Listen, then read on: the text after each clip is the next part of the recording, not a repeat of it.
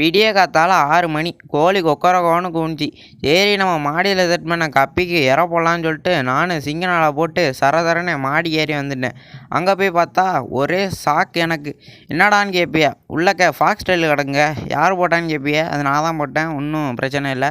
அதுக்கப்புறம் மீனுக்கு இரை போட்டுவிட்டு எங்கிட்டு திரும்பி பார்த்தா நம்ம கப்பேஸ் டேங்கு பால் அடைஞ்சு கிடந்துச்சு. சரி பால் அடைஞ்ச டேங்கை பக்காவாக க்ளீன் பண்ணுவோன்னு சொல்லிட்டு நானும் மெர்சல் விஜய் மாதிரி வேட்டையை தூக்கி கட்டிட்டு ஆயுதத்தை கையில் எடுத்துட்டேன். கையில் எடுத்தது தான் போதும், நானும் மிஷினு மாதிரி சுத்தம் பண்ண ஆரம்பிச்சிட்டேன். அதுக்கப்புறம் கப்பேஸ் டேங்கில் ஃபாக்ஸ் டேல் கடைஞ்சி அவங்கெல்லாம் கலெக்ட் பண்ணி ஒரு வால்லையை போட்டாச்சு. அதுக்கப்புறம் வாலையை எடுத்துகிட்டு போய் அதை கழுவலான்னு சொல்லிட்டு பைப்பில் தண்ணியை பிடிச்சி விட்டு கழுவ ஆரம்பித்தாச்சு. அதுக்கப்புறம் ஃபாக்ஸ் டேல் எடுத்து தனியாக வச்சுட்டு பக்கெட்டில் தண்ணியை பிடிச்சிட்டு வந்துட்டு நாங்களாம் மீனை பிடிக்கலான்னு சொல்லிட்டு மீனை பிடிச்சிக்கிட்டு இருந்தேன். மீன் கொத்து கொத்தாக வந்துக்கிட்டே இருந்துச்சு. இது என்ன தொட்டியா இல்லை மிஷினான்னு தெரில.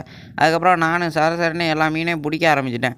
பிடிச்ச சீருக்கு தான் தெரியுது நம்ம தொட்டிலையாடா இவ்வளோ மீன் அப்படின்னு.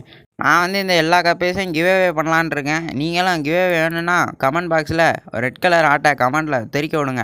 அதுக்கப்புறம் மீனெல்லாம் பார்த்தா இப்படி தான் இருந்தாங்க. சரி இப்படியே இருந்தால் எல்லா மீனையும் பிடிக்க முடியாது, நம்ம பைப் எடுத்து வைக்கலான்னு சொல்லிட்டு பைப் எடுத்து தண்ணியை உறிஞ்சி போட ஆரம்பிச்சாச்சு. அதுக்கப்புறம் அதில் மீன் எதுவும் தப்பிச்சு போயிடக்கூடாதுன்னு அதில் நெட்டை வச்சாச்சு.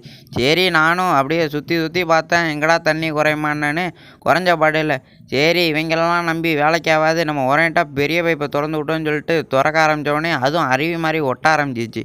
தனியாக வேஸ்ட் ஆகணும்னு சொல்லிட்டு நானும் மரத்துக்கு விட்ட ஆரம்பிச்சிட்டேன். இவனுக்கு போனவில்லை பேர் வைக்க சொல்லியிருந்தோம், எல்லாம் கபாலின்னு பேர் வச்சுருந்தியே. கபாலின்னு பேர் வச்சது தான் போதும், காவாலா பாட்டுக்கு டான்ஸ் ஆட ஆரம்பிச்சிட்டான். அதுக்கப்புறம் என்கிட்ட மீன் ஒன்று தப்பிச்சு போணுச்சு. அவனை தேடி பார்த்தா அவனையும் காணாம். சரி போயிட்டு ஓடான்னு சொல்லிட்டு அவனை விட்டுட்டேன். நானும் தொட்டியை சுத்தம் பண்ணுற வேலையில் தீய இறங்க ஆரம்பிச்சிட்டேன். மிச்சம் மீதி உள்ள கப்பீஸ்லாம் உள்ள பிரச்சனை கொடுக்க ஆரம்பிச்சிட்டாங்க, ஏன்டா நீ வரேன்னு சொல்லிட்டு. சரி நமக்கு ஏன் அம்முன்னு சொல்லிட்டு நானும் வெளியே வந்துட்டு எங்கிட்ட மூட ஆரம்பிச்சிட்டேன் பைப்பை. அதுக்கப்புறம் மிச்சம் மீதி உள்ள கப்பீஸ் எல்லாம் ரிலீஸ் பண்ணி விடலான்னு சொல்லிட்டு நானும் ரிலீஸ் பண்ணி விட்டா அதுதான் போச்சுன்னு சொல்லிட்டு அவங்களும் ஓட ஆரம்பிச்சிட்டாங்க. அதுக்கப்புறம் தண்ணியை ஃபில் பண்ணலான்னு சொல்லிட்டு நானும் தண்ணியை ஃபில் பண்ண ஆரம்பிச்சாச்சு.